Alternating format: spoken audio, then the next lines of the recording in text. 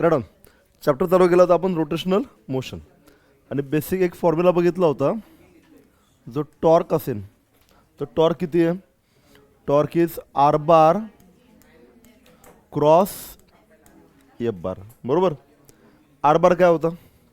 समजा ऑब्जेक्ट आहे, या ऑब्जेक्टला आपण इथे पायवट केला, खिळा एखादा ठोकला येते. बरोबर.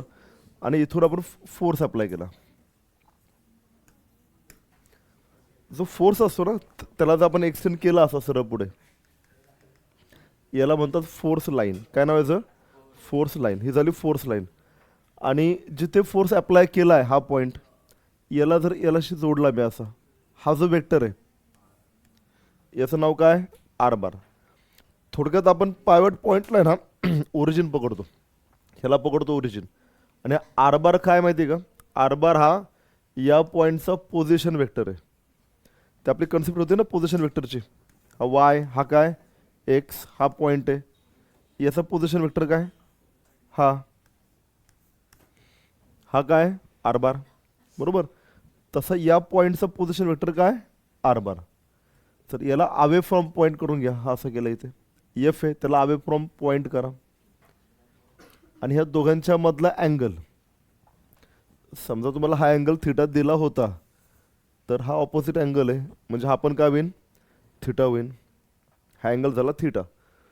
तर मग R bar cross F bar काय असतो? मॉड आर बार इंटू काय? Mod F bar into sine of angle between R bar and F bar. बरोबर. मॉड आर बार म्हणजेच आर, हा एफ इंटू काय? Sine theta. हे आपण केलं होतं. राईट. ह्याच्यावरती एक न्यूमेरिकल आपण घेऊ, पण न्यूमेरिकलला कन्सेप्ट आता वापरूया वेक्टर प्रोडक्टची. इथं फास्टली ना वेक्टर प्रोडक्टचा एक फॉर्म्युला शिकवतो आणि तो मग आपण वापरूया. फॉर्म्युला काय? समजा असा असेल, माझ्याकडे ए बार असेल. ए बार असेल काहीतरी x I cap plus A Y J cap plus A Z K cap. हा कोण आहे? ए बार आहे. माझ्याकडे बी बार आहे. बी बार समजा माझ्याकडे B X I cap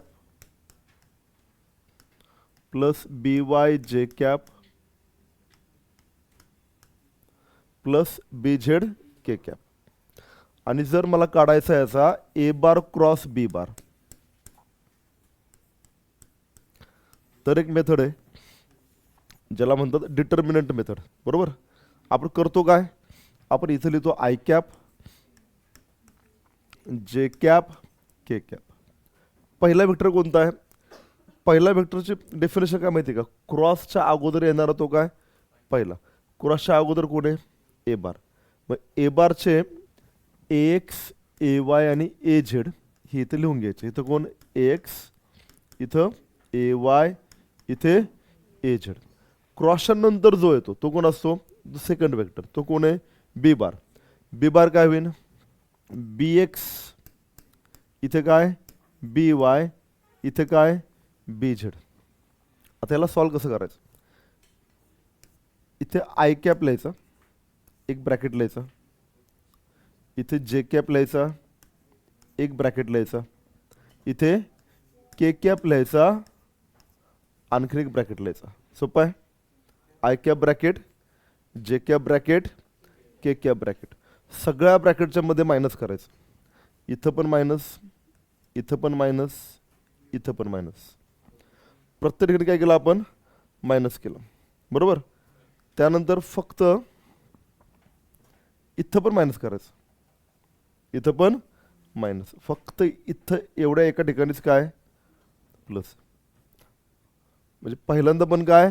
minus. फक्त के कॅपच्या अगोदर काय? प्लस. आता इथं जायचं. हा कोण आहे? I cap. आय कॅपला यायचं. आय कॅपचं आहे ना, ह्याला म्हणतात आय कॅपचा कॉलम.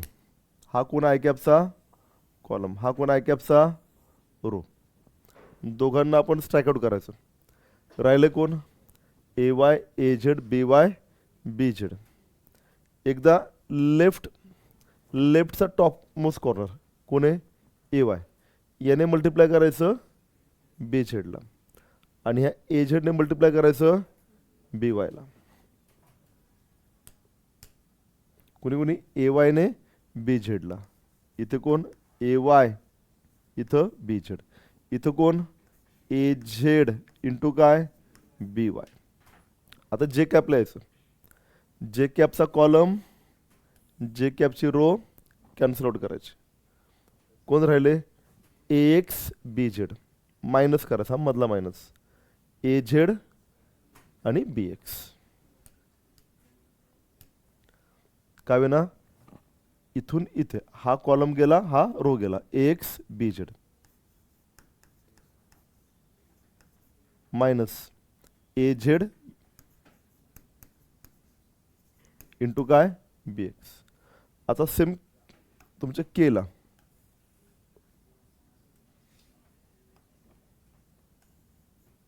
इथे पण केचा कॉलम केची रो गेली, केचा कॉलम केची रो गेली. शिल्लक कोण राहिले हे 4 जण. एक्स इंटू बी वाय, एक्स बी वाय मायनस ए वाय इंटू बी एक्स.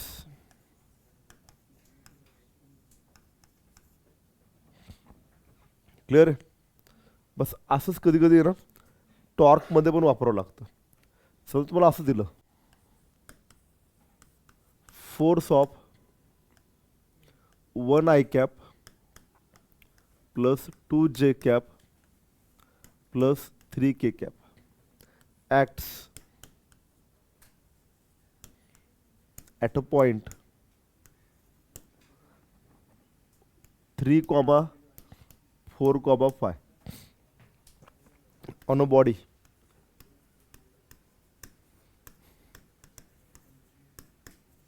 Find torque. काय फाइंड करायचं आहे टॉर्क फाइंड करायचं तुम्हाला. हे लिहून घ्या न्यूमेरिकल. इथे खाली ना फाइंड टॉर्क अबाउट पॉइंट लिहून घ्या 2, 2, 3. थोडं ट्रिकी केलं मी. Find torque about 2, 2, 3. सॉल्व करू. लिहून झालं का. आर बार डायरेक्टली दिलाय का तुम्हाला नाही, आर बार दिलेला नाहीये, फोर्स दिलाय. फोर्सवरनं हे काहीतरी खालची लाईन भेटू शकेल, पण आर बार दिलाय का नाही, आर बार काढून घ्यावा लागेल. लिहून झालंय. सॉल्व करू. काय बघा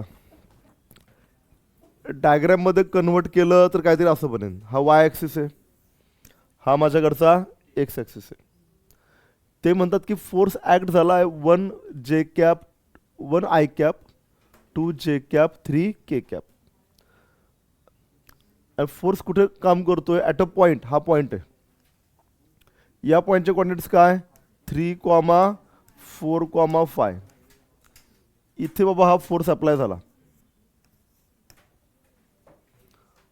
पण टॉर्क कुठे विचारलाय फाइंड टॉर्क अबाउट 2, 2, 3.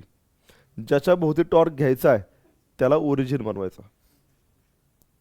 म्हणजे हा जो ओरिजिन, हा ओरिजिन घ्यायचा कुठे 2, 2, 3 ला. या दोघांना जोडून घ्यायचं. ही तुमची बॉडी असेल काहीतरी अशी. हा काय ओरिजिन, ओरिजिनची इथं काय इथं पिवट पॉइंट आहे. आणि मग याला जर जोडला तुम्ही इथे, हा तुमचा आर बार होईल. जर मी याला जोडला इथे, हा काय आर बार. म्हणता एकदा फोर्स जिथे ऍक्ट करतो तो point of action of force. Torque ज्या पॉइंट भोवती काढायचा आहे त्याला ओरिजिन घ्यायचा. आर बार हा पोझिशन वेक्टर आहे. ओरिजिनला जिथे फोर्स ऍक्ट झाला आहे त्यासोबत जोडून घ्यायचा. आपल्याला आर बार भेटेल. क्लिअर झालं. आता आर बार काढायचं कसं बघा. काय करायचं आर बार काढताना एक सोपी ट्रिक लक्षामध्ये घ्या. आता इथे जिथे पॉईंट ॲक्ट झाला आहे ते कॉर्डिनेट्स लिहून घ्यायचे. कोणते होते? 3, 4, 5. इथे फोर्स ॲक्ट झाला हां. आणि ओरिजिन कोणाला केला आहे? 2, 2, 3. इथे लिहायचं 2, 2, 3. लिहिलं. ही लाईन ना आयची असते, ही जेची असते, ही केची असते. ह्यातनं मायनस करायचं. 3 - 2 किती? 1. इथं लिहायचं 1 आय कॅप. 4 - 2 किती? 2. इथं लिहायचं 2 जे कॅप. 5 - 3 किती? 2. हा किती येणार? 2 के कॅप. हा जो व्हेक्टर झाला आर बार तो बनणार 1 I cap plus 2 J cap plus 2 K cap. हा तुम्हाला कोण भेटला? आर बार भेटला. लॉजिक क्लिअर होतंय? 1 आय कॅपला तुम्ही फक्त आय कॅप लिहिला तरी चालेल. कधी कधी असं पण होईल, हा वरचा नंबर 2 असेल, खालचा नंबर 4 असेल, मग काय झालं असतं? 2 - 4. मग काय झालं असता? -2. मग इथं प्लस नाही लिहायचं, मग काय लिहायचं? 1 I cap minus 2 J cap plus 2 K cap. तर आता या न्यूमेरिकलला तुम्हाला काढायचा आहे टॉर्क. टॉर्क काय? R bar cross F bar. R बारची व्हॅल्यू भेटली आपल्याला. किती आपला R bar? 1 I cap plus 2 J cap, 1 I cap plus 2 J cap plus 2 K cap cross F bar दिलाय त्यांनी आपल्याला. एफ बार काय दिलाय? एफ बार आहे 1 I cap 2 J cap 3 K cap. F bar आहे 1 I cap plus 2 J cap plus 3 K cap. आता काय वरती जो फॉर्म्युला वापरला होता ए बार क्रॉस बी बार तो वापरायचा आणि सॉल्व करायचं. हे सोपं आहे. लिहा बरं आहे. आर बार लिहा, ते लिहा, याला सॉल्व करू आपण.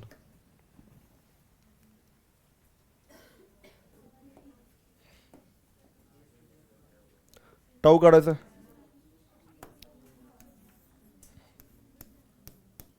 काय होतो? R bar cross F bar. वरती काय?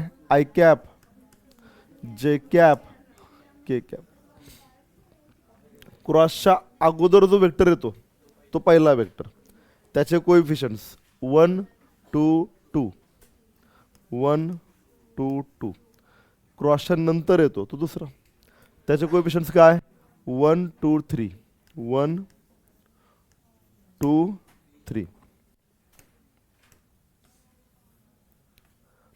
आपली ट्रिक काय?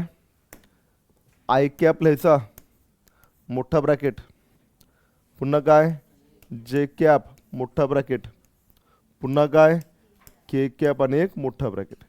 सगळ्या ब्रॅकेटच्या मध्ये काय? मायनस. इथे पण मायनस, इथे पण मायनस, इथे पण मायनस. आणि पहिल्या आणि दुसऱ्या ब्रॅकेटच्या मध्ये पण काय? मायनस. फक्त इथं एका ठिकाणी काय येतं? प्लस. आता आयची रो घेतली, आयचा कॉलम रो आणि कॉलम घेतली. 3 2 जा 6, 2 2 जा 4, 6 - 2, 6 - 2, 4, 6 - 4. इथे जेचा कॉलम जेची रो 1 × 3 3, 3 - 2. केचा कॉलम केची रो 2 आणि 2, 2 - 2. बरोबर. हा काय भेटतो आपल्याला? टाऊ बार टॉर्क.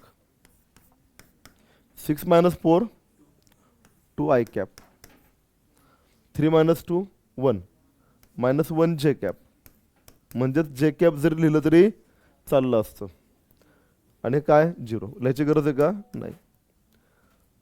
हा टॉर्क भेटला. तुम्हाला ह्याचं काय पाहिजे? मॅग्निट्यूड व्हॅल्यू पाहिजे. ती कशी काढायची बघा. समजा हा वेक्टर आहे ए बार, हा काय? A X I cap plus A Y J cap plus A Z K cap. तुम्हाला पाहिजे मॅग्निट्यूड ऑफ ए बार, तुम्हाला पाहिजे mod A bar. So how to find mod A bar? Under root of x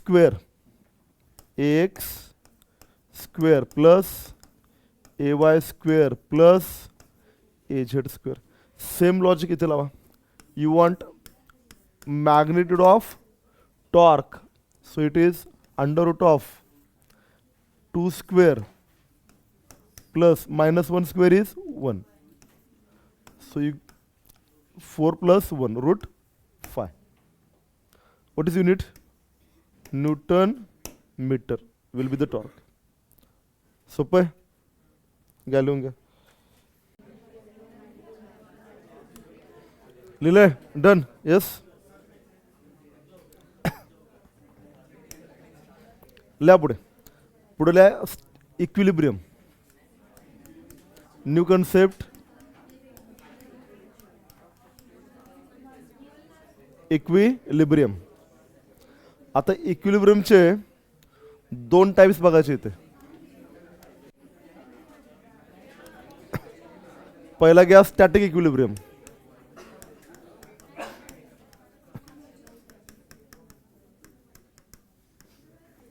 पहिला कोणता आहे? Static.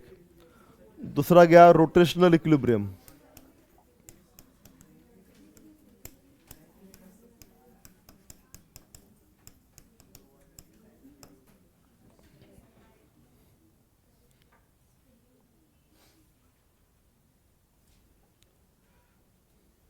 नाही काम इथे इथं स्टॅटिक लिहा आणि इथे लिहा. इथं स्टॅटिक लिहा, इथे ट्रान्सलेशनल. येस.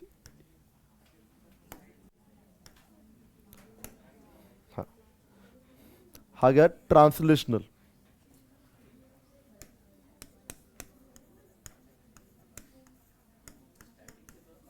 हा स्टॅटिक इक्विलिब्रियमचे 2 पार्ट.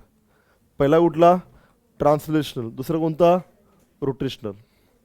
म्हणजे काय? समजा हा पोडियम आहे, हा रेसला आहे, हा स्टॅटिक कंडिशनमध्ये, तर हा ट्रान्सलेशनल इक्विलिब्रियममध्ये म्हणजे अलॉंग द लाईन पुढे जाणार नाही, along the line horizontally move करणार नाही, म्हणजे ट्रान्सलेशनल इक्विलिब्रियम. रोटेशनल म्हणजे गोल फिरणार नाही. समजा रिमोट आहे, हा कशामध्ये? स्टॅटिक इक्विलिब्रियममध्ये. तो 2 प्रकारे हा मोशन करू शकत नाही. एक तर ट्रान्सलेशनल मोशन करू शकत नाही, म्हणजे काय? एक्समध्ये पुढे जाऊ शकत नाही, वायमध्ये वर जाऊ शकत नाही, झेडमध्ये पण जाऊ शकत नाही, किंवा असं रोटेट होऊ शकत नाही, असं रोटेट होऊ शकत नाही. It cannot rotate about X axis, it cannot rotate about Y axis, it cannot rotate about Z axis. हे दोन्ही शक्य नसेल तर त्याचं नाव काय? Static equilibrium. स्टॅटिक इक्विलिब्रियमसाठी जे पहिली गोष्ट आहे ट्रान्सलेशनल, त्याचा अर्थ काय? Body is not moving, body is not moving along straight line.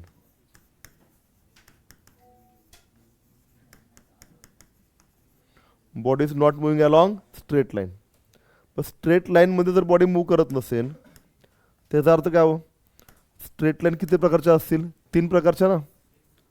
Body cannot move along x axis, body cannot move along Y axis, body cannot move along Z axis. जर x भोवती फिरू शकत नसेल तर काय? ह्याचा अर्थ आहे summation of all forces acting on body along x axis should be 0. Body cannot move about Y axis म्हणजे काय? Summation of forces along Y axis is 0. Body cannot move along Z axis अर्थ काय? Summation of forces along Z axis equals to 0. हे तिन्ही जर नसतील त्याचा अर्थ काय? Net force acting on body is what? 0. आता नेट फोर्स कोणावरती काम करतो? सेंटर ऑफ मासवरती, बरोबर? बरं, मग आपण काय म्हणू शकतो? बघा, एफ नेट हा काय असतो? कुठलाही फोर्स काय असतो? Mass into acceleration. बरं, मास कोणाचं? Total mass. ॲक्सेलरेशन कोणाचं? सेंटर ऑफ मासचं. अख्ख्या बॉडीऐवजी कोण घेतो आपण? सेंटर ऑफ मास घेतो. बॉडीचं ॲक्सेलरेशन नाही म्हणजे सेंटर ऑफ मास ॲक्सेलरेशन होऊन का? नाही होणार. बरं, आता एफ नेट 0 झाला. एफ नेट काय झाला? 0. मास तर 0 नसतं ना, मास मे हॅव सम व्हॅल्यू ना. मग हे मल्टिप्लिकेशन 0 करायचं असेल त्याचा अर्थ काय? Acceleration of centre of mass should be 0.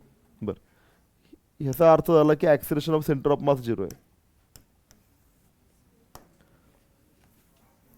यातनं आपल्याला भेटलं acceleration of centre of mass is 0. Acceleration कधी 0 असतं? ज्याला वेलॉसिटी काय असते? कॉन्स्टंट. म्हणजे काय? Velocity of centre of mass is constant. म्हणता एकदा, स्टॅटिक इक्विलिब्रियमचा अर्थ बॉडी स्ट्रेट लाईनमध्ये along x, along Y, along Z move करत नाही. Summation of forces along x 0, along Y 0, along Z 0. याचा सोपा अर्थ नेट फोर्स 0. आपण ॲझ्युम करतो नेट फोर्स सेंटर ऑफ मासवरती ॲक्ट होतो. Force equals to mass into acceleration.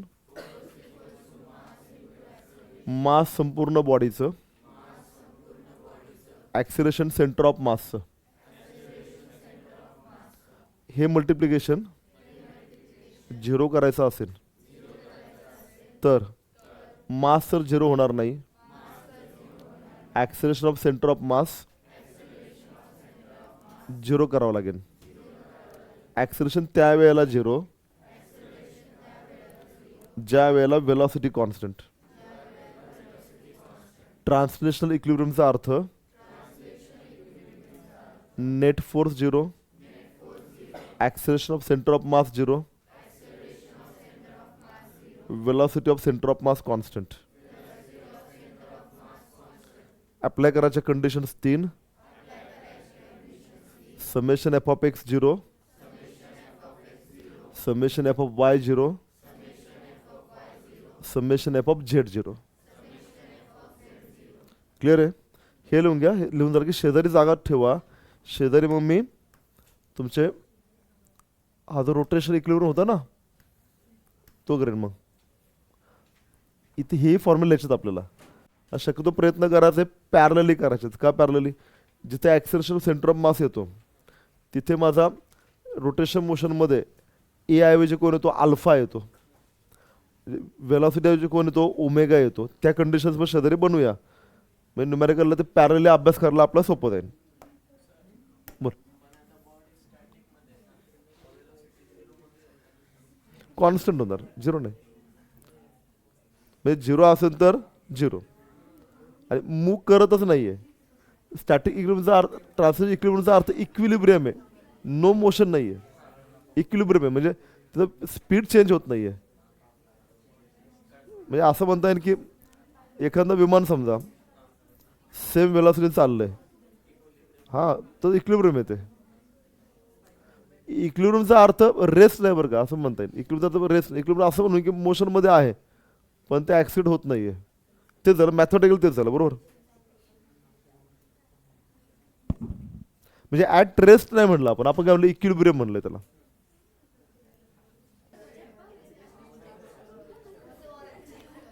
Done झालंय? येस. पुढचा next.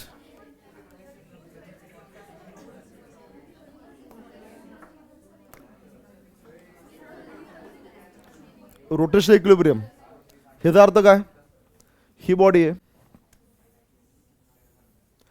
Body cannot rotate about Y axis, body cannot rotate about X axis, और body cannot rotate about Z axis. हा pen आहे. हा आडवा कोणता ॲक्सिस आहे? एक्स. एक्स मध्ये कसा फिरेन? असा फिरेन. Sir summation of all torques about X 0 आहे. Summation of torques about X काय पाहिजे? 0. तर एक्स भोवती फिरेन का? नाही. असा फिरला तर कोणाभोवती फिरेन तो? वाय भोवती. जर वायच्या टॉर्क्स 0 झाले तर काय? Summation of torques about Y 0. असाला काय? झेड ॲक्सिस असं फिरलं तर काय अबाउट झेड. जर झेड भोवती टॉर्कच नाही आहे तर काय no rotation about Z. Summation of torque about Z is 0. तिन्ही टॉर्क्स 0 झाल्या. ह्याचा अर्थ tau net acting on body is 0. Net torque तुमचा 0 आला. आपण एक गोष्ट शिकलो होतो आठवा. तुमच्याकडे एक असतं लसूण गाव, दुसरं असतं गोल गोल गाव. लसूण गावाचा अर्थ काय लिनियर मोशन आणि गोल गोल गावाचं काय सर्क्युलर मोशन. आणि दोन्ही गावांमध्ये जोडणारा जो ब्रिज आहे त्याचं नाव काय रामवाडी ब्रिज. लिनियर मोशनमध्ये काय असतं लिनियर ॲक्सेलरेशन आणि सर्क्युलर मोशनमध्ये असतं अँग्लो ॲक्सेलरेशन अल्फा. बरोबर. इथे काय आणि लिनियर मोशनमध्ये मास आहे त्याच्याऐवजी इथे असतो इनर्शिया आय. बरोबर. इथे काय एफ नेट ऐवजी काय तुमच्याकडे टाऊ आहे. इथे फोर्स आहे. फोर्सचं काम कोण करतो टाऊ करतो. फोर्सचं काम टाऊ करतो. बरोबर. इथं काय एफ नेट ऐवजी काय येणार टाऊ नेट. इथं काय मास ऐवजी काय येणार इनर्शिया. इथं काय acceleration of centre of mass. तिथं काय येणार alpha of centre of mass. Tau net equals to what I into alpha. Alpha कोणता सेंटर ऑफ मासचा. बरोबर. आता हा टाऊ नेटच 0 आहे. इनर्शिया नाही 0 होत. 0 कोणाला करायला लागेल अल्फा सीएम काय करायला लागेल 0.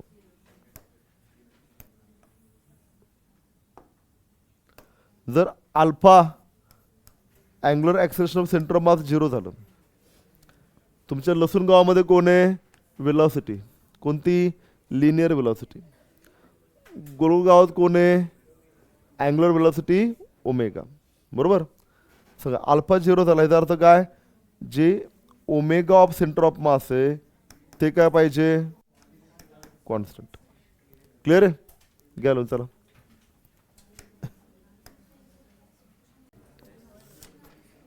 लिहिलं डन. येस. एक न्यूमेरिकल सॉल्व करा चला.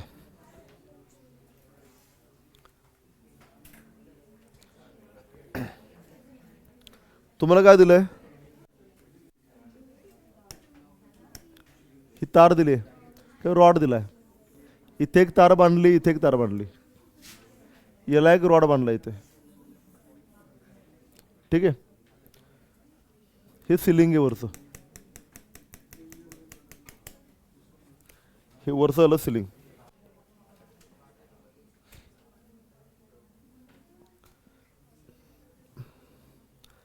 इथे काय येईन टेन्शन T1 येईन ना रोपमध्ये.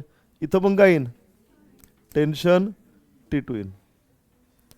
बरं. ही एक इमॅजिनरी सेंटर लाईन आहे. त्याच्यापासून थोडं पुढे गेलो आपण.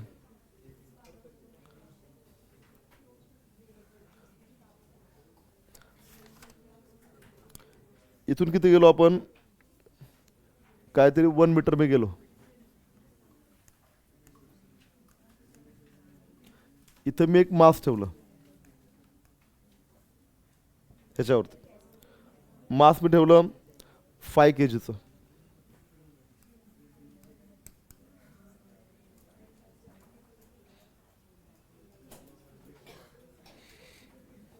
तुम्हाला हे डिस्टन्स दिलंय 2 मीटर. तुम्हाला इथून हे डिस्टन्स दिलंय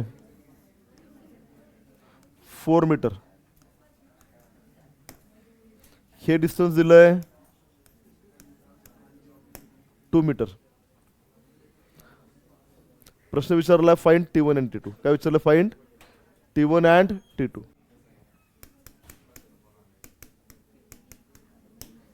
फाइंड T1 अँड T2 लिहिलं. येस. समजा तुम्ही ना इलेक्ट्रिशियनचं काम शिकताय. काम कोणतं शिकताय इलेक्ट्रिशियनचं. आणि एखाद्या इलेक्ट्रिशियनच्या हाताखाली कामाला चाललेत आणि तुम्हाला मी हे ओपन करायला सांगितलं ना बरोबर. एकदा सांगितलं काय ना, स्क्रूड्रायव्हर घ्यायचा, आतमध्ये स्क्रूज आहेत, क्लॉकवाईज रोटेट केलं तर आत जातात, अँटी क्लॉकवाईज बाहेर येतात, ह्यांना बाहेर काढ, हे बाहेर काढ, वायर बाहेर काढ. एकदा सांगितलं, पुढच्या वेळेला तुम्हाला करायला दिलं, पहिला प्रयत्न जमणार आहे का? नाही. 2-3 वेळा प्रयत्न करसाल त्यावेळेला जमायला लागेल ते. गॅरेजमध्ये मुलं काम करता बघितलं तुम्ही, टेक्निकल काय त्यांना माहीत नसतं. इंजिन खोल, एक एक स्क्रू काढायला पण तासभर लागतो माहिती आहे. स्क्रू टाईट झाले असले ना तर रॉकेल होता, त्याला लूज करा, त्याला पण वेळ लागतो. ते ठोकत बसतात, मग केव्हा तरी तो ओपन होतो, त्याला काय माहीत नसतं. ती मुलं पण काम शिकतात. म्हणजे इंजिनियरने काम केलं पाहिजे. पिस्टन, क्रँकशाफ्ट, कनेक्टिंग रॉड, हे काही टेक्निकल नसणारा माणूस पण प्रयत्न करून करून शिकतो. पण त्याचे काय होत नाही, त्याचे लाड होत नाहीत.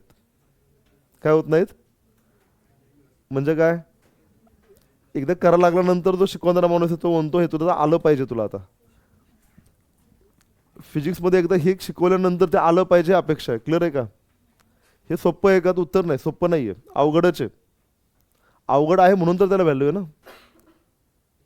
जर फिजिक्स सोपं असलं असतं तर मग जेईला व्हॅल्यूच नसली असते. तुम्ही नीटला व्हॅल्यू राहिले असते का? सगळे पास झाले असते ना ते. बरोबर.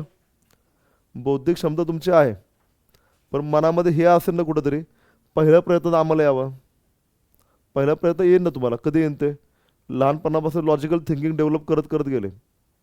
कॉन्सन्ट्रेशन इतकं प्रचंड कॉन्सन्ट्रेशन आहे की वर्गामध्ये चटके दिले तरी हालत नाही जागेवरचे. आणि मग घरी गेल्या गेल्या एक क्षण पण वेळ वाया घालवत नाही आहे. आणि मग मोबाईलचा वापर त्या फॉर्मला तो मिळतं ना 5 तास 6 तास, तो येतो की मला माहीत नाही मोबाईल काय, हातच लावत नाही मोबाईलला. असं आसन त्याला पहिल्या प्रयत्नामध्ये येईल. क्लिअर झालं आहे? कन्सेप्ट मला सांगायचे, आत्ताचा कन्सेप्ट आपण करतोय. पाठीमागे या.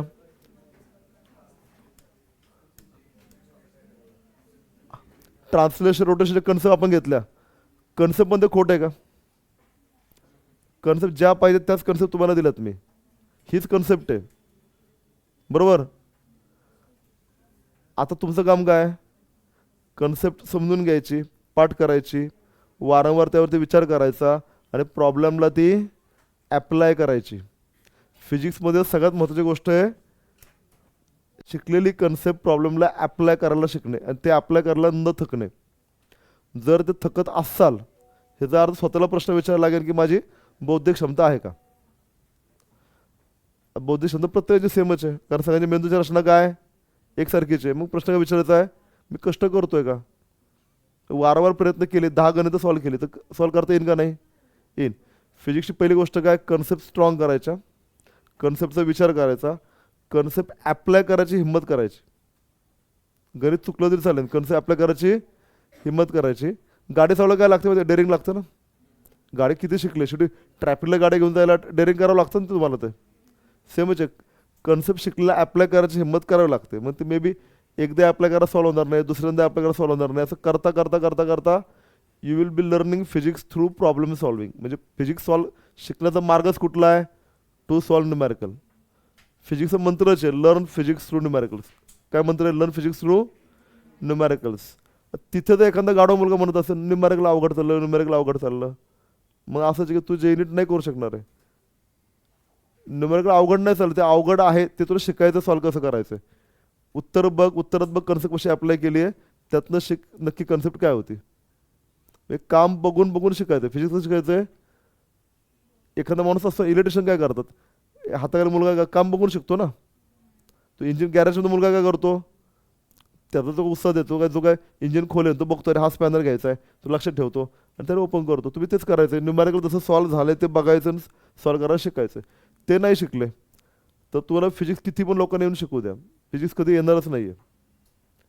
आता मी कन्सेप्ट शिकवेन, मी न्यूमॅरिकल सॉल्व्ह करून जाईन, त्या कन्सेप्ट घेऊन तुम्हाला स्वतःला न्यूमॅरिकलला लावायला लागणार आहेत.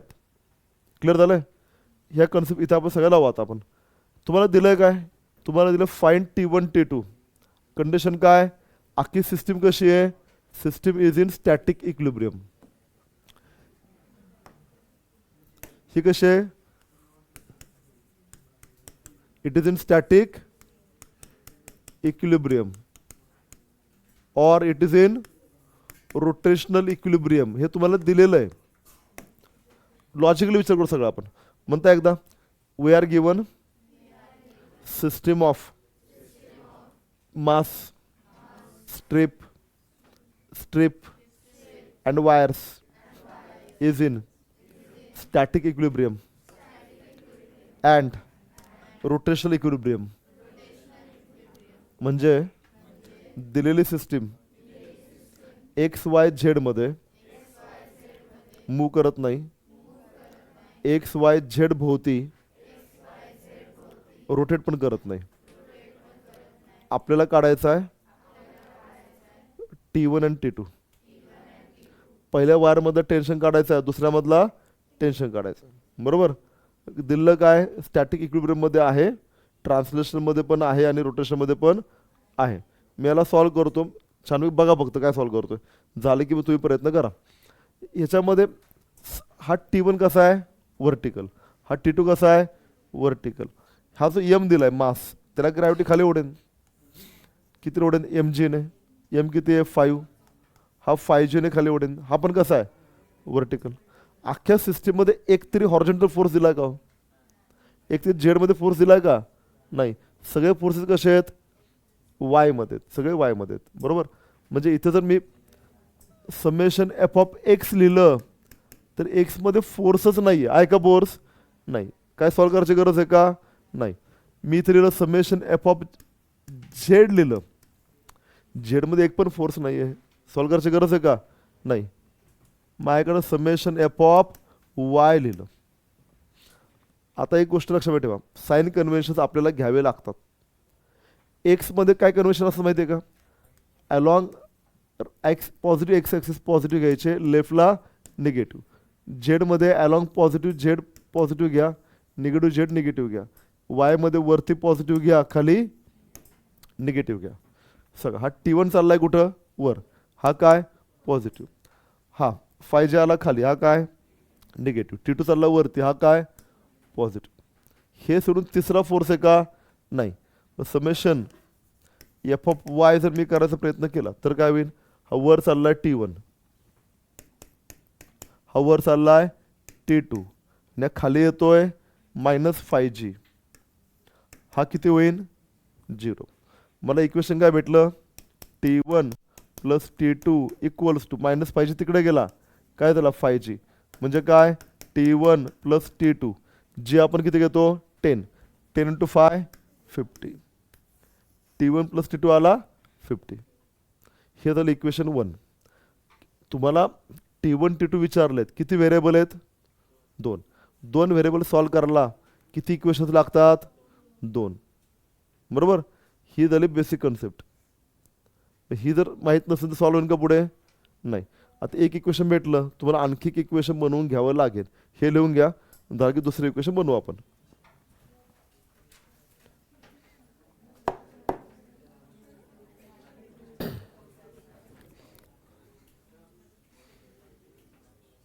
लिहिलं done. Yes.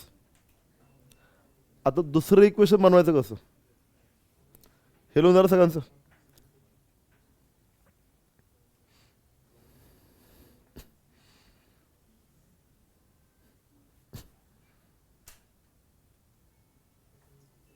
Done.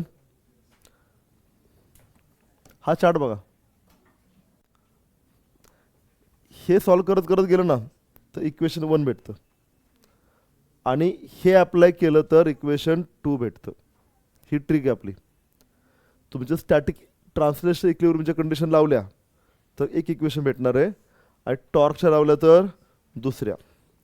Torque apply करायला काय लागतो, ह्या रॉडला फिरवायचं, कुठेतरी पिवट पॉईंट घ्यायला लागतो ना, राईट. जिथे पिवट पॉईंट घेतला, समजा मी म्हटलं की हा रॉड कसा आहे रोटेशनल इक्विलिब्रियममध्ये आहे. मला सांग, मी समजा म्हटलं की हा रिमोट आहे, हा रोटेट करत नाही आहे. मग मला सांगा, हे रेड बटन दिसतं सगळ्यांना, हा रोटेट करत नाही आहे, तर रेड बटनाभोवती फिरेन का हो नाही. बरं, हा येलो बटन दिसतंय, हा रोटेट करत नाही आहे, मग येलो भोवती फिरेन का नाही. म्हणजे जी गोष्ट रोटेट करत नाही ती त्या गोष्टीवरच्या कुठल्याच पॉईंट भोवती फिरत नाही. म्हणजे कुठल्याच पॉईंट भोवती, आता कुठलाही पॉईंट पकडला, हा रेड बटन पकडलं तर ह्याच्याभोवती फिरतच नाही असा, तर ह्याच्या भोवती होणारा सगळा टॉर्कचे ॲडिशन काय होईल 0. जर ही अख्खी सिस्टीम रोटेटच करत नाही आहे, तिला समजा इथं पकडलं मी, हा पॉईंट पकडला, तर या पॉईंट भोवती हा 5G ह्याचा टॉर्क घेतला, हा T2 ह्याचा टॉर्क घेतला, हा T1 ह्याचा टॉर्क घेतला आणि त्या सगळ्या टॉर्कची ॲडिशन केली, काय होईल 0 होईल. ह्या कंडिशनला म्हणतात टेकिंग टॉर्क अबाउट पॉईंट. ह्या पॉईंटला काहीतरी नाव द्यायचं O. Taking torque about point O he condition solve करायची. मग इक्वेशन 2 तुम्हाला भेटेल. मी याला सॉल्व्ह करतो. कसं बघा,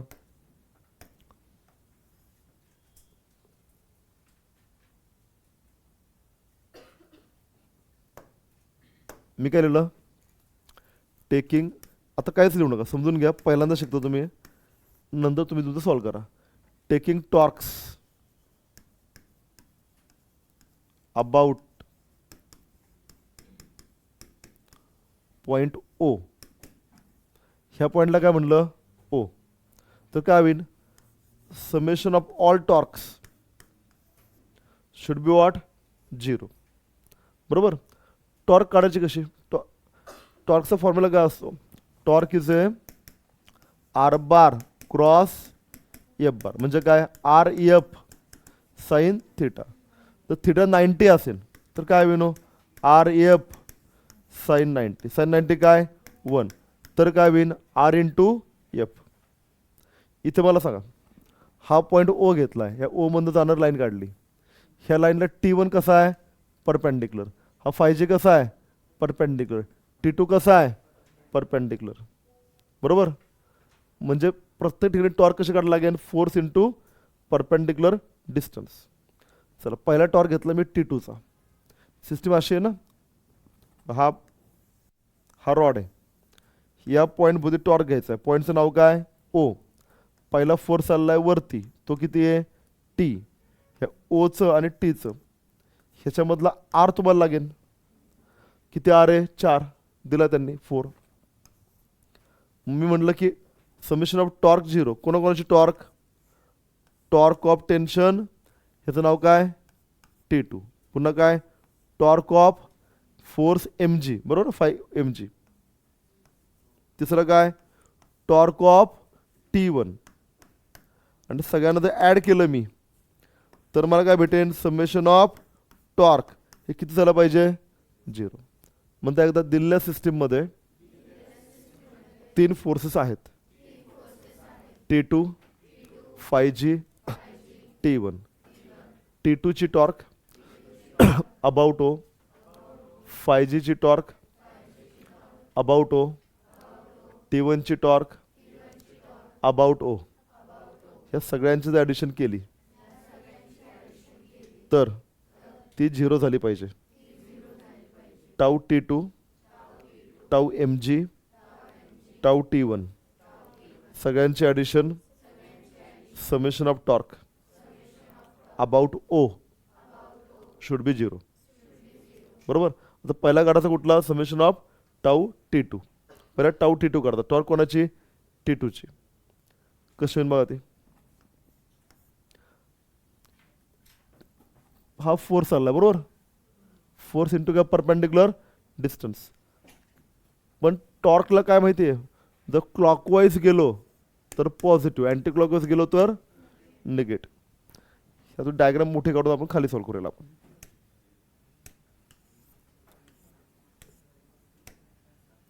असं बघा, हा रॉड,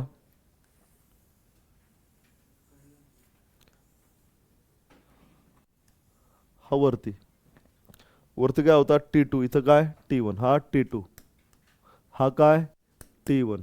इथून खाली काय मास, इथं काय mg म्हणजे काय 5G. डिस्टन्सेस, इथून हे डिस्टन्स किती आहे 4 मीटर, इथून हे डिस्टन्स किती होतं 3 मीटर ना, 2 आणि 1 3, हे 3 मीटर हे डिस्टन्सेस आहे. तुम्हाला काय पाहिजे, समेशन ऑफ टॉर्क, ते काय पहिल्यांदा torque of tension T2 plus काय टॉर्क ऑफ टेन्शन हे मास mg प्लस काय टॉर्क ऑफ T1. हे सगळ्यांची ॲडिशन काय झाली पाहिजे 0. पहिला टॉर्क कोणाचा T2चा. मला सांगा हा पॉईंट पिवट पॉईंट आहे, हा सपोर्ट आहे, हा इथे आहे, असा हा T2 इथं वर घेऊन चालला, हा ह्याच्या भोवती याला अँटी क्लॉकवाईज फिरवतो का क्लॉकवाईज अँटी क्लॉकवाईज. म्हणजे ही टॉर्क काय निगेटिव्ह मायनस किती आली फोर्स इंटू डिस्टन्स. किती फोर्स आहे T2, किती डिस्टन्स आहे 4, किती आली T2 into 4 plus torque of mg. सांगा इथे पकडला याला, हा mg कसा फिरवतोय क्लॉकवाईज. ही टॉर्क काय पॉझिटिव्ह प्लस किती mg इंटू डिस्टन्स. काय डिस्टन्स आहे 3 बरोबर प्लस हा T1 बघा इथंच पकडलंय, इथूनच फोर्स चालला, फिरवतोय का नाही फिरू शकत नाही. जिथे टॉर्क आहे ना, ज्या पॉईंटमध्ये टॉर्क घेतात त्यातनं जो फोर्स चालला आहे तो त्याला फिरवेन का नाही. म्हणता एकदा पिवट पॉईंटमधून जाणारा फोर्स बॉडीला रोटेट करत नाही. Torque of force passing through pivot point is 0. T1 जर इथूनच गेला ओ मधनं तर T1ची टॉर्क काय आली 0 आणि सगळी ॲडिशन काय झाली पाहिजे 0. काय होईन आता हे होईन, हा होईन -4 T2. एम किती होता 5, जी किती होता 10, 10 आणि 5 50, 50 आणि 3 150 बरोबर ना 150. हा किती होणार प्लस 0 किती जाणार 0. म्हणजे काय 150 इथेच 4 T2 तिकडे गेला किती झाला 4 T2. म्हणजे T2 किती आला 150/4. 4 के 4, 4 2 8, 4 3 12, किती राहिले 3, 4 7 28, किती राहिले 2, 4 5 20, किती आला 37.5 न्यूटन. कोण आला तुमचा T2 आला. तुम्हाला आणखी इक्वेशन भेटलं होतं ना T1 प्लस T2 किती आलं होतं 50 आलं होतं. T1 इक्वल्स टू काय 50 मायनस T2 म्हणजे काय 50 मायनस 37.5. हा केला तुम्हाला काय भेटेल तुमचा T1 तुम्हाला भेटेल. लॉजिक क्लिअर होतंय का. काय केलं बघा एकदा.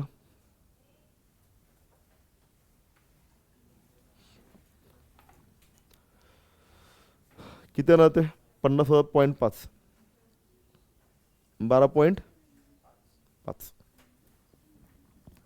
T1 T2 भेटला. तुम्ही अगोदरचं लिहून घेतलंय ना, हे लिहायचं घ्या लिहून.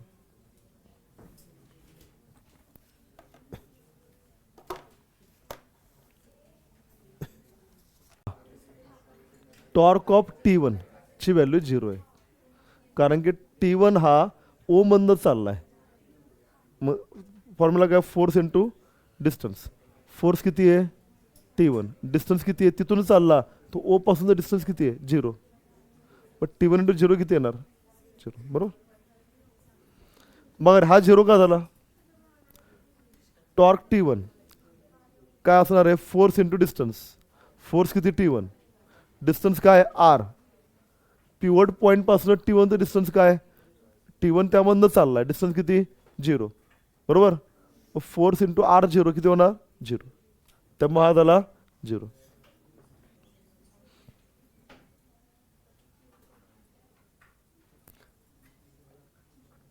हे बरोबर का नाही कसं चेक करायचं. असं रॉड होता बरोबर.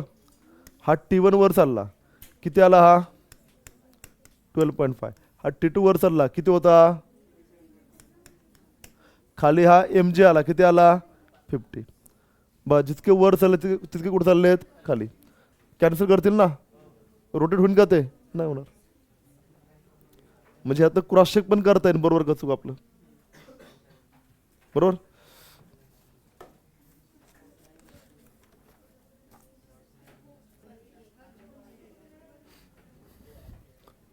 लिहिलंयस पुढे लिहा.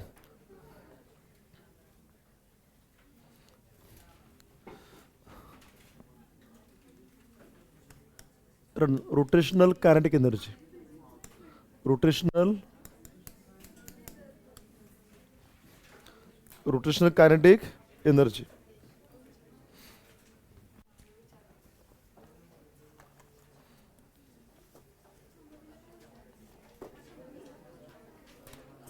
काय आहे बघा, समजा ही एक बॉडी आहे,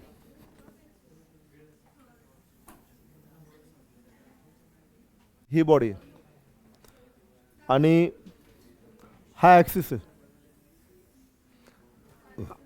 बॉडीचा मास किती आहे? Capital M. 10 किलो समजा मास आहे. 10 किलो मास कसा असेल? इथे एखादा पार्टिकल असेल, त्याचा मास काय असेल? M1. तो पार्टिकल या ॲक्सिस पासून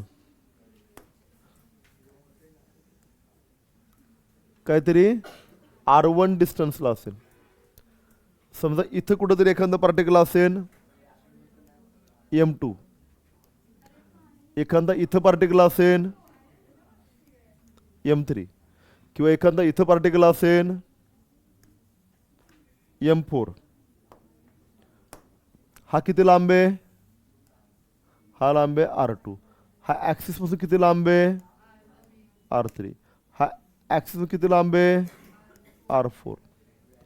असे M4, M5, M6 असे करत करत करत करत इथं कुठेतरी काय असेल? Mn. तो किती लांब असेल? Rn. टोटल मास काय असेल? टोटल मास असेल ते M1 प्लस काय? M2 प्लस काय? M3 असं ॲड करत करत करत करत करत nth मासपर्यंत गेलो तर मला काय भेटेल? टोटल बॉडीचं मास भेटेल. समजा ही बॉडी आहे, हां, ही बॉडी ती आहे, ही अशी गोल फिरली, इथे सपोर्ट केला, 2 ठिकाणी सपोर्ट केला असा, ह्या 2 सपोर्टमधनं जाणार लाईन काय? ॲक्सिस. आणि अबाउट ॲक्सिस अशी रोटेट करते. म्हणजे बॉडीचं गोल फिरते. मला सांगा, बॉडी गोल गोल फिरली, हा पॉईंट कसा फिरतो? सर्कलमध्ये. Wien body rotates various points on the body, they describe a circle. हा असा गेला, हा पार्टिकल कसा जाईल? अलॉंग दिस सर्कल मूव करेन. हा कसा मूव करेन? अलॉंग दिस सर्कल मूव करेन. हा कसा मूव करेन? असा मूव करेन. सगळ्यांमध्ये कॉमन काय माहिती आहे का? सगळ्यांचे सेंटर्स, ह्याचा सेंटर, याचा सेंटर, बघा ऑल सेंटर्स ॲक्सिसवरतीच. हा सेंटर ॲक्सिसला आहे, हा सेंटर ॲक्सिसला आहे, हा सेंटर ॲक्सिसला आहे, हा सेंटर ॲक्सिसला आहे. रोटेशन मोशनची डेफिनेशनच अशी आहे, काय? Wien body rotates all particle describes circular path at centre of rotation of all particles lie on a common line. The common line is called as what? Axis of rotation. This common line is called as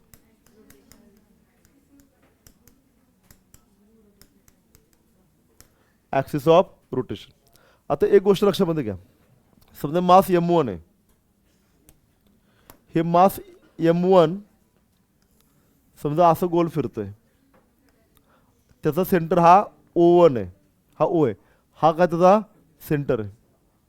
सेंटरपासून M1 ला मी जोडलं, ही मला काय भेटली? Radius. चला, एक कुठलं तरी मास M आहे, हे काय मास M आहे, आणि ओला जर या मासशी जोडलं तर ही काय भेटली मला? रेडियस. आता या मासकडे 2 व्हेलॉसिटीज असतात. किती असतात? 2. या फॅनच्या टिपला जर मी एक कॉइन ठेवलं, फॅनचे ब्लेड्स आहेत, इथे काय ठेवलं मी? एक कॉइन ठेवलं, फॅन एकदम चालू केला. खरं तर इथलं पार्टिकल असं मूव्ह करेन ना, पण नीट ऑब्झर्व केलं ते कॉईल आहे ना, हे कॉइन असं फेकलं जाईल टँजेन्शियल. प्रत्येक रोटेट होणाऱ्या गोष्टीकडे एक व्हेलॉसिटी असते जी त्या सर्क्युलर पाथला टँजेन्शियल असते, तिला म्हणतात लिनियर व्हेलॉसिटी.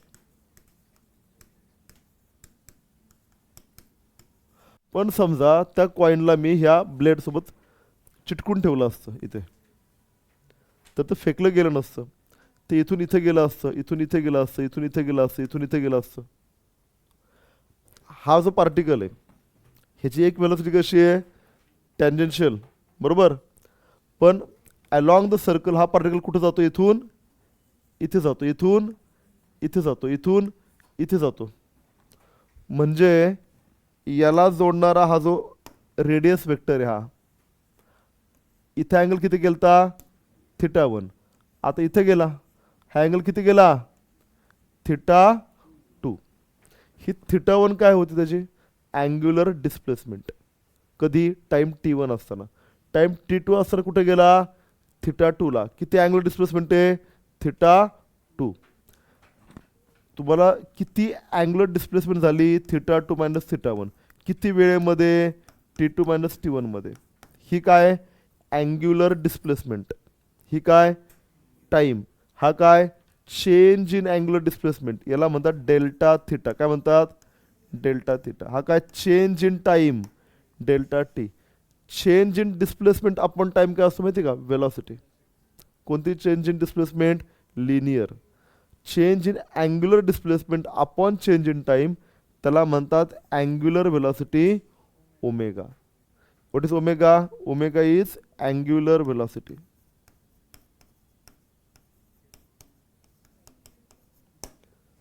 तुमच्या कॉइलकडे, ह्या इथल्या पार्टिकलकडं जो सर्कल डिस्क्राईब करतोय, दोन वेलॉसिटीज आहेत.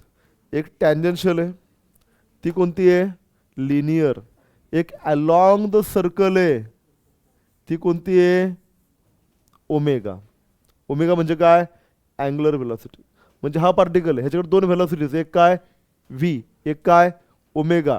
पार्टिकल काय m1, लिनियर कोणती v1, अँग्युलर कोणती ओमेगा 1.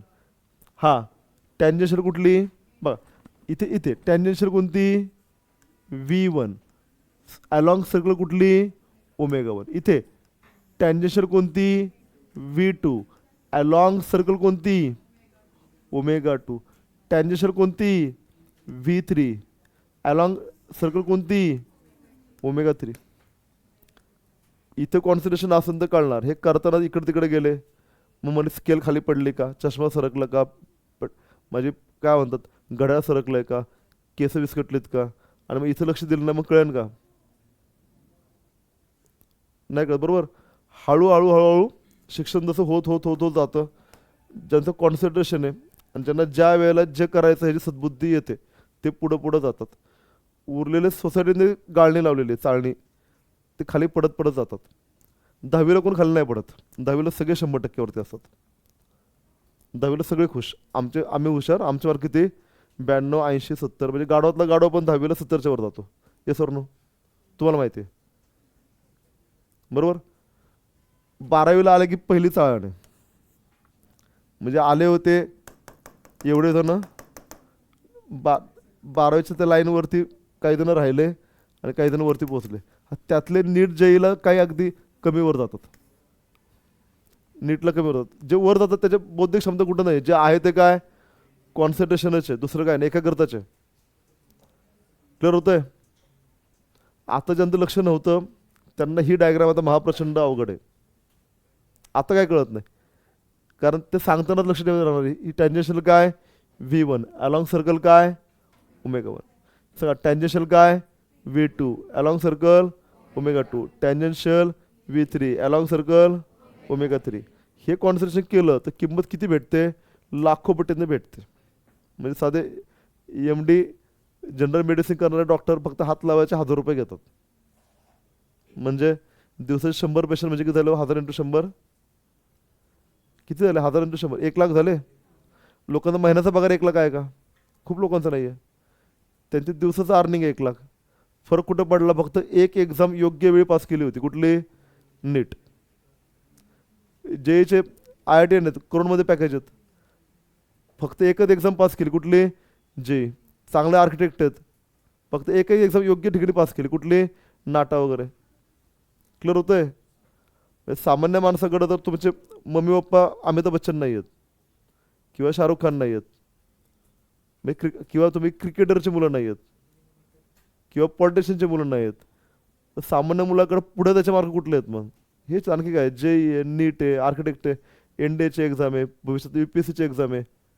म्हणजे सामान्य माणसाची शिडी आहे ना वर जायची, त्या शिडीचं नाव काय आहे? अभ्यास आहे. तुम्हाला ती कॉन्स्टिट्यूशन ऑफ इंडियाने लावून दिलेली आहे पुढे जायला. जे आपले घटनाच्या लोकांनी बनवले तितके हुशार होते, त्यांना माहिती होतं समाजामध्ये पुढे जायला तुम्हाला शिडी लावून द्यायला लागेल ना. आता शिडी लावून दिल्यात तुम्हाला, तुम्हाला चढायचं फक्त. कॉन्स्टिट्यूशन आहे टँजेन्शियल व्हेलॉसिटी व्ही, हा काय? ओमेगा. दोघांच्या मधलं रिलेशन काय? मी म्हणलं होतं लिनियर व्हेलॉसिटी व्ही आणि अँग्युलर व्हेलॉसिटी ओमेगा. लसूण गावामधनं जर गोल गोल गावात जायचंय तर कुठून जायचंय? रामवाडी ब्रिजवरनं जायचंय. व्ही इक्वल्स टू काय? R omega. म्हणजे हा पार्टिकल आहे बरोबर, ह्याची रेडियस 5 मीटरची आहे, ह्याची वेलॉसिटी समजा आहे 10 मीटर पर सेकंद. मी म्हटलं ह्याचा ओमेगा काढा. व्ही काय आहे? R omega. मग ओमेगा काय आहे? V by R. व्ही किती आला? 10. आर किती होता? 5. ओमेगा किती आहे? 2 युनिट असतं रॅडियन पर सेकंड. एवढं पाठ करू. म्हणता एकदा, V equals to r omega, omega equals to V by r. Clear झालं? हे डायग्राम काढा, एवढं लिहून घ्या. ह्याच्यावरून एका इम्पॉर्टंट कन्सेप्टकडे चाललो आपण, त्याचं नाव आहे रोटेशनल इनर्शिया. पहिले हे लिहून घ्या सगळं.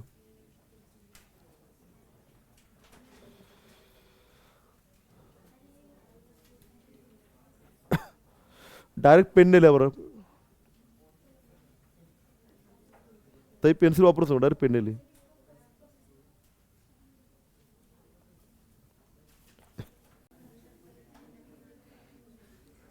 डन झालं? यस, लिहून झालं? पुढे जाऊया. काय होतं बघा, ही बॉडी होती, अबाउट दिस ॲक्सिस रोटेट करत होती.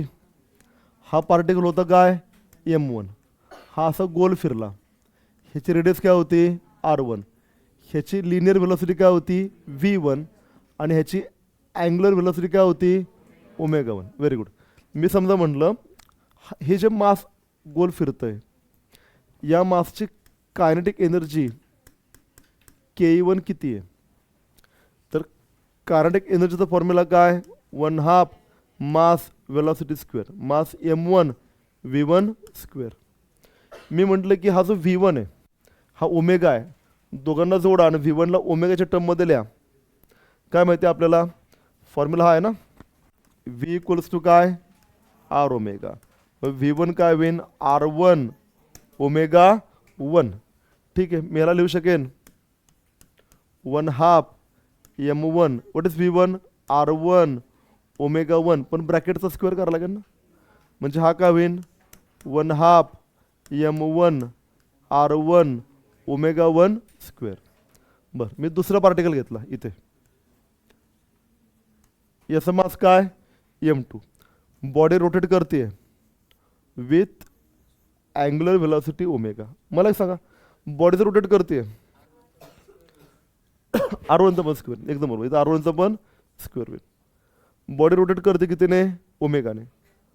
पण सगळे पार्टिकल बॉडीवरतीच आहेत ना, म्हणजे असं ओमेगा 1 ओमेगा 2 वेगवेगळे होतील का? नाही, सगळ्या पार्टिकलचा ओमेगा काय? सेमच असेल. म्हणजे ओमेगा 1 ऐवजी पण आपण कॉमनच लिहूया. आता काय लिहायला? ओमेगा लिहू फक्त याला, ओमेगा स्क्वेअर. मी म्हटलं what is kinetic energy of particle 2. हा पार्टिकल हा गोल फिरतो, याची व्हेलॉसिटी काय? Linear V2. पण ह्याची पण अँग्युलर व्हेलॉसिटी काय? सेम. किती? ओमेगा. खरे ओमेगा 2 आहे, पण ती काय? सेमच आहे, कारण सगळ्या पार्टिकलची एकच आहे. मग ह्याची कायनेटिक एनर्जी काय? 1/2 M2 V2 स्क्वेअर. म्हणजे काय होईल? 1/2 M2 V2 काय? R2 omega square. म्हणजे तो काय होईल? 1/2 M2 R2 स्क्वेअर इंटू काय? Omega square. मी म्हटलं तिसरा पार्टिकल आहे M3. त्याची लिनियर व्हेलॉसिटी काय v3, त्याची रेडियस काय r3, ओमेगा मात्र सगळ्यांचा काय सेम. मग त्याची कायनेटिक एनर्जी काय अशीच प्लस ke3, ती काय होईल 1/2 m3 प्लस काय v3 स्क्वेअर. ती करत करते काय होईल 1/2 m3 r3 इंटू काय ओमेगा स्क्वेअर. बरोबर. मी म्हटलं की टोटल कायनेटिक एनर्जी अख्ख्या बॉडीची काय, पहिल्या पार्टिकलची कायनेटिक एनर्जी प्लस दुसऱ्याची प्लस तिसऱ्याची प्लस चौथ्याची, असं करत करत करत करत up to what kinetic energy of nth particle.